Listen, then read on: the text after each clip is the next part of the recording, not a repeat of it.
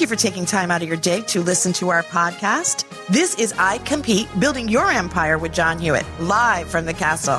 Hi, I'm Roberta Barrett. I'm John Hewitt's producer. You might be asking, who is John Hewitt? Well, he is the Hewitt in Jackson Hewitt Tax Services. If you want to find out more about John Hewitt and what he's currently doing, go to loyaltybrands.com. That's loyaltybrands.com, or find John T. Hewitt on LinkedIn or Facebook. John Hewitt's made over 1,000 millionaires, and you could be the next one. Here is your host, John Hewitt. Thank you, Roberta. Well, it's so appropriate that we're taping this at 10:40 since D Angelo, my guest, has been in the tax business since about 1971, 72, so 50 years, and I have 52 years. So welcome, D Angelo. Thank you, John. So 50 years is a long time. That says something about your age. Do you recall how you got in the tax business? Well, I got into the tax business because of you. There was, I needed some work, and there was an opportunity to do some part-time work during the winter in Buffalo. And it was mathematical, which was checking tax returns. And you told me that there was an opening, and they were short employees, and I literally could work as many hours as I wanted to. And quite frankly, I did enjoy it. And what was good about it? Well, it was flexible. I mean, hours. I only had to work seasonal, and I was like 17 at the time. And though I had my own apartment, getting paid any kind of money felt like I was a millionaire. And so you get to work, and then you could look for other work in the off season. But in the meantime, you still could collect some unemployment or whatever to get by. But it did get me started, and then later on, I pursued, becoming a tax preparer, and then ultimately got a job as a district manager. I'm going to test your memory, and I learned a valuable lesson in salesmanship from you very early in my career. And the guy's name was Frank. You remember Frank? Well, yeah. When I tell you the story, you may remember his last name. I'm sure he's long since passed because he was a lot older than us. But Frank, what we would do at H&R Block when we worked together is we would check the tax returns, not just for accuracy, but if the price was accurate. And if the price was not accurate, if it was within a few dollars, then we just let it go. But if it was significantly overpriced, we never went back to a customer for undercharging. But we went back and it was overpriced and gave the customer a refund. So I remember the checking department came to me.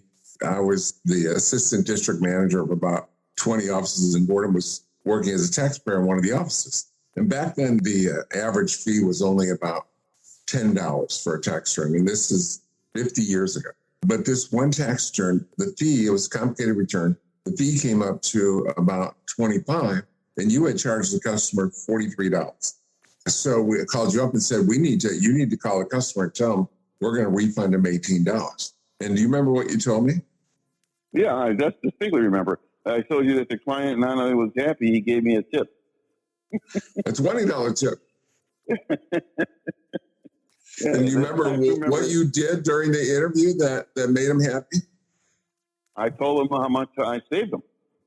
I told him how much money I saved him, and that's all I can remember. The way that I recall is each time you found a deduction on the return, like income averaging or itemized deductions or some credit, there was about 4 or 5 things you found.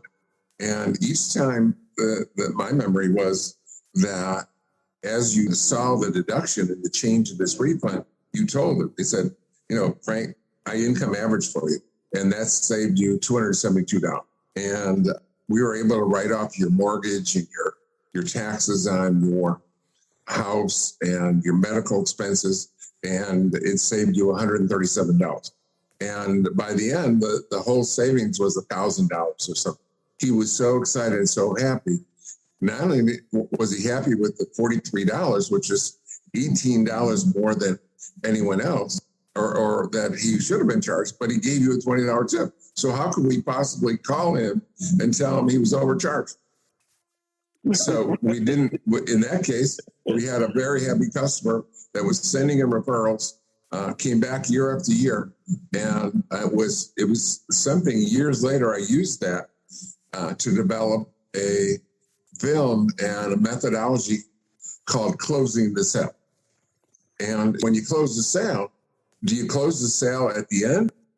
Isn't it important to close the sale all the way through the process? It's 100%. And it's ironic you said that, because I did a national speech one time on closing. And the first sentence I said was, sign here. Get the client to be happy that they're signing here. So you have to identify along the way the services that you're providing and how you made a difference to them where they wouldn't have had that difference going elsewhere. Excellent advice and excellent lesson early in my career. Next step in your career, you were a tax preparer and seasonal tax preparer. And then at some point, a new regional director came to town, and his name was Bill Birchmeyer. How did you get an interview with Bill? Well, his girlfriend, then future wife, liked my attitude, and I'll never forget what happened. I don't know if I've ever told you the story, what happened during the interview, but he didn't really like me, but he agreed to interview me. And at the time, I had just turned 21, and I didn't really have any experience as a leader, but he did give me the interview. And the truth of the matter is that I was excited, but at that point in time, I had things going on, and I wasn't, it wasn't like life or death that I get the job, but at least it was a great opportunity. And in talking about making a sale, I will never forget this the rest of my life. At the end of the interview, it was a Wednesday, and he says that we'll call you next week. We've got a few other candidates. He said, they all had more experience than I did. They were all older. They had more education than I had. And anyway, at the end of the interview, he said, I'll call you next week and let you know. And I said, you'll probably call me tomorrow. And he says, what? What for? Why am I calling you tomorrow? And I said, to hire me. And he smiled. And guess what? He called me the next day and hired me. I guess you like my optimism. Yeah, I remember the story a little different. I probably have it wrong because I wasn't there. But the way that I remember the story is at the end of the interview, you said, what are my chances of getting the job? And he said something like 50 or 60%. And as I recall, you said, I read that as 80 or 90%. That did come up. You have a great memory. That did come up. But the other thing about the calling was also there. Yeah, that did come up. You became a district manager over how many offices? At that time, there were 10. And you remember how old you were? 21. Wow. So one of the youngest, if not the youngest, district manager in the whole country, right? For Block? Well, I had an advantage. I had a friend I can go to for advice. Right. Already the most knowledgeable person in tax. And, I got lucky and picked the right person. So you were in Buffalo, and then you got transferred. How did that happen? Well, an opportunity came up in Albany, New York, where a person they were going to get rid of, he had not been performing well, and they offered me, a significant increase in pay, and they were going to unify Buffalo, and I loved the opportunity and prayed about it, and I felt really comfortable in going to Albany to start that. And there were 16 offices there, John. And we won't use his last name, but the manager replaced was named Wayne, right? Yeah. First name was Wayne. And do you remember the lesson we learned from Wayne at the manager meetings? We would have district managers meetings every quarter and 3 or 4 times a year. And we would go to a meeting, and I pointed out to you one time, you remember what I pointed out and what his style was that was consistent every meeting? Yep, I do. Because we always take surveys. That was his big thing. We take surveys. Our survey said this, and our survey said this. He had no results, but apparently he was taking surveys. Well, I noticed it first. I'm not going to claim that, but because every time we had an argument, he would, in the argument, he said, "Well, as a matter of fact, we did a survey," and that's how he won arguments. He, in his own mind, and possibly in other people in the meeting's mind, he it was factual because he had done a survey. And so I don't think I've been willing to use that, but isn't that a great tool when you're having a discussion and you're having an argument with what type of customer service you should offer or how much you should charge or whatever you're discussing about the business. If you say, well, we did a survey on that and the survey showed that was powerful. And the problem that I had is after about 6 meetings and 15 surveys, I said, wow, this guy's done 1,000 surveys. And of course he hadn't. It was just a clever ploy trying to win arguments. Well, at some point I had left Block and you were in the midst of leaving. And I came to you with an idea to buy Mel Jackson Tax Service in Virginia Beach, Virginia. Do you recall that conversation and the ensuing actions we took? I do. I remember that you said that you were shocked that Block wouldn't take going computerized, and it was quite a shock. And you said, I don't need them. You found 6 offices for sale in Virginia area, and you said we need X amount of money in a few weeks to try to make an offer on that opportunity. And so what was your initial role in Mel Jackson Tax Service? Well, I was one of the original directors of the 3 directors. And so you helped raise money. You were a director of now the second largest tax service in the country with over 6,000 offices. So that started with just 6 offices in Virginia Beach, Virginia? Yeah. Right? Okay. Yep. You, of course, remember the story that when I said I could raise the money to make this, you said, well, where are you going to get the money? Because I basically had about $1 in my pocket. And this is one of the greatest qualities that I continually say that great leaders have. And I'll tell you where I learned it before, but I felt you were a great leader. But when you discussed, which was the birth of computerization of taxes, no one had ever heard of it. But guess what? I believed you. You created a believer.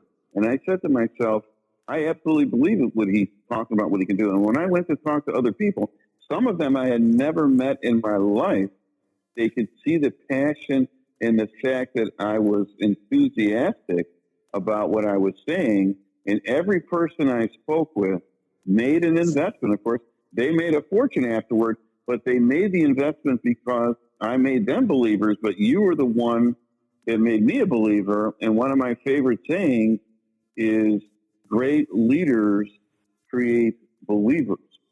I don't know if I've ever shared this story with you, John, but as you know, I was hired at a young age. I was a district manager.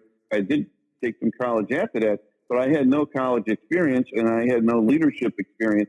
I had 2 books in my house. One was called Word Wealth and the other one was the Bible.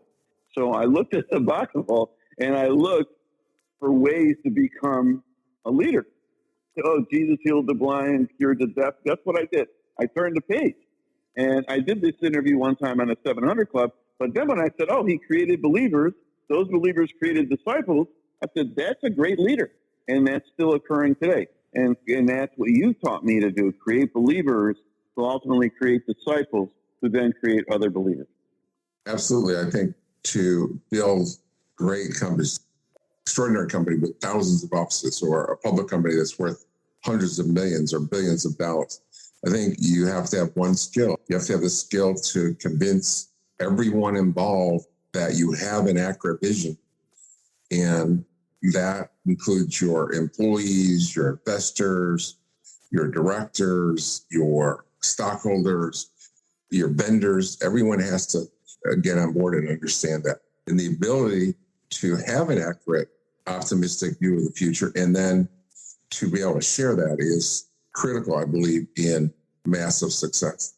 So you left Block, and then what'd you do? Well, I was always fascinated to get my financial services or brokerage license. I wanted to work in the financial industry.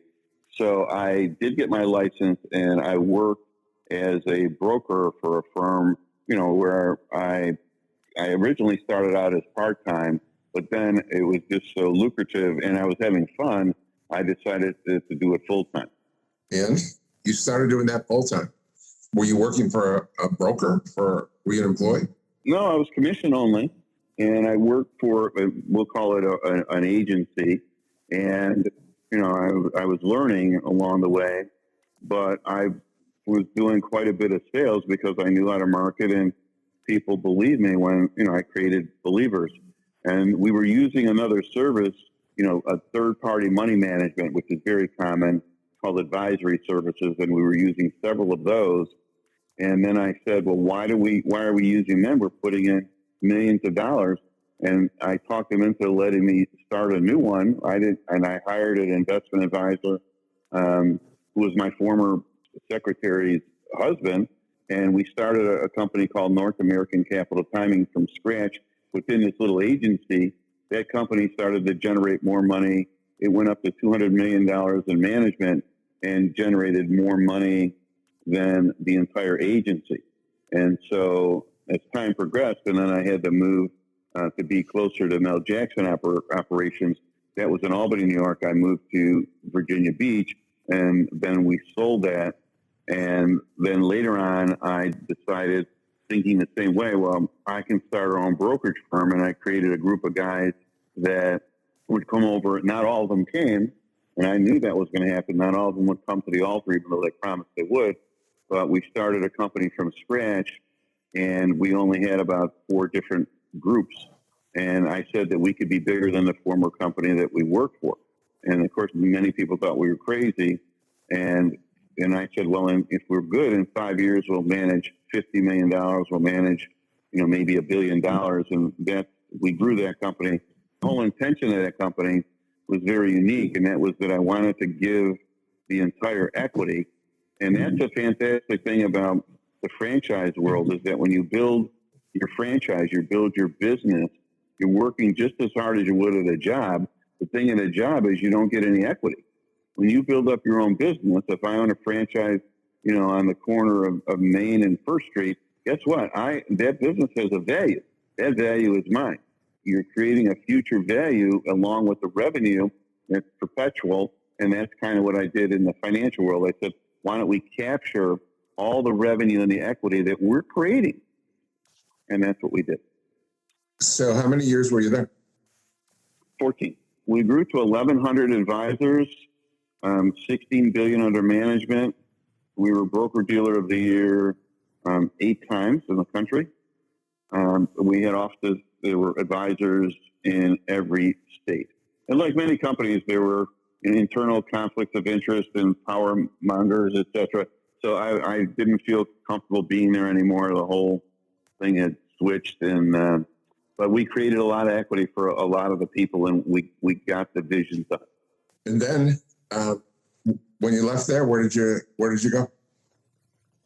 Well, I went to work helping with various projects at Liberty Tax, and I was a board of director when that company had filed to go public because of my tax experience, as you mentioned. And I enjoyed working at Liberty because, there were some aggressive things that you were trying to do there that no other company had tried to do. Nationalizing various brands, expanding into the Latino market, just doing some kinds of aggressive thinking that no other company is really at that stage. And that was quite fun. So somewhere in that period, you wrote a book. And tell us about the book and why you wrote it and what's the major premise. Well, all my life, I've always been optimistic, and I'm fairly happy all the time. And one of the things that people say, well, how do you deal with the traumas and the dilemmas that come in life, and they do come? The Bible says that when tribulation comes, count it all joy. It doesn't say if tribulation comes. It says when it comes. And I always said to myself that no matter what happens, my favorite 4-letter word is you have to say next, which ironically was the name of the financial company that I started, because I wanted to teach people to say that no matter what happens, you have to say next. This is what I've got to do now. So I wrote the book. I felt inspired, quite frankly, from a heavily inspiration to write the book. I was lucky. Became a New York Times bestseller, but I want to explain that as the book was being published, I had talked to multiple corporations. I think it was 6 of them. Liberty Tax was one of them. a national Christian group. I can go on and on. But there were 6 companies that agreed to buy the book once it was published. And because of the quantity of books purchased, it made the top 10 list, and it became a New York Times bestseller.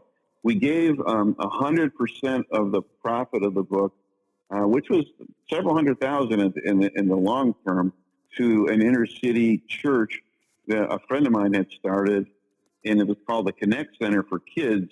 And that was back when the book came out in 2012. And as I'm sitting here, the Connect Center has literally tripled in size, helping kids in the inner city, stay off the streets, play basketball, have a library to go to, have various events, have training. It's just been an amazing thing. And if I ever write another book, that's where I'm sending my profits. And is there any chance you'll write another book? I'm working on another book, yes. I've interviewed, as you can imagine, with 52 years and building 2 companies to 500 employees each, I've interviewed thousands of people. One of my favorite questions is, what do you want to be when you grow up? In my entire career, guess what percentage know at any age? I mean, there could be in their 50s, 60s, 40s, 30s, teens. Guess what percentage know what they want to be when they grow up? 20%. Even less. And you've been on an assignment for us here at Loyalty Brands, and you go to each company's CEO and their franchisees, and you help them with vision. What percentage of those individuals, when you went to them, had a clear vision when you first talked? Less than 10%. And why do you think that is? Why don't people think ahead? Why don't they have goals? And what is it about human beings that causes them not to have vision? I don't feel that they just don't think they have to put it in writing. And when you don't put it in writing, it's just not an accountability. The vision has to have 2 simple things, which is a time frame and a measurement. And most people just keep it vague. Well, the more vague it is, it's just like saying, so where are you going after work today? Well, I'm going home. Well, your car broke down and I don't know your address. How can I take you home? You've got to know your destination and when you got to be there. So people don't write it down. And I always say vision is like a seed. If you keep it in your pocket, it's not going to grow. But you can plant it a lot of places where it will grow. Some places it won't, but many places it will. But unless you know what that seed is, meaning what is the intention, the definable intention, and the period, the measurement period. The example I give them all the time, John, is the Super Bowl. This year, I've got tickets to the Super Bowl at the 50-yard line. Who wants to go? Everybody would raise their hand. And I said, great. I said, guess what? They're doing something different this year. They're not keeping score, and there's no time frame in the game. Nobody wants to go. So if you have a life that doesn't keep score and doesn't have a time frame, who wants to be part of that? And that's what football does. It creates believers, fans, followers. That's my team. I can't wait to go. In your life, if we don't have that, you won't create the believers and the followers. We only have a couple minutes left. Can you take us through the quick steps you go through with one of our company executives or franchisees in help them form their vision? Well, the first thing I said is that the vision is about their future and that they could bring things into reality that don't currently exist. And I tell them, it's okay to think big. Don't worry about the obstacles. You have children, and when they wanted a birthday gift, a Christmas gift, whatever, they didn't say, hey, Dad, how's things going at work? How's your taxes? They said, this is what I want by when. Kids are visionaries. So people need to be visionary. They need to write down what they want. So I say, what do you want out of this business? If you put money in, you're putting your time in there. Time is your biggest asset. And what do you want? And most of them don't know, but we start to focus in. You want to talk about a 2-year period. You want to talk about a 3-year period. Let's talk about your gross volume, your number of clients, how many offices you're going to have, how many employees you're going to have, how many types of services you're going to provide. So we start narrowing it down into what I would call finite, measurable items, tangible, with time frame. And how many goals should people have? Is it 1 or 5 or 10 or? You have to start out with something. So normally you want to start out with a number like 3 to 5. If they get to advanced stages, they could easily change that to 10. And as they keep advancing, they can make it 20 or there's no limit. Kind of like a progression. like everything else is in life, college and experience, they have to get that, spend some time to understand how it works, and then they can expand upon their original number of goals. Yeah, I think that you should have some key goals and not more than 3. But last question, how many years ahead do you help them envision? We normally try to keep it in a short period. I'd say 3 would be the average, but I like to go for 2 just so they can get the motor running. And then ultimately you could break that down into shorter periods aimed at the intention for the 2 or 3 year period. But usually never more than 3. Well, thank you, Gordon D Angelo. And the book is called Vision, one word, Vision. And I encourage you to get it, learn how to improve your life and how to get direction in your life. Thanks, Gordon. Thank you for taking the time to learn about how to build your empire with John Hewitt. Find John on LinkedIn at John T. Hewitt or message John Hewitt on Facebook.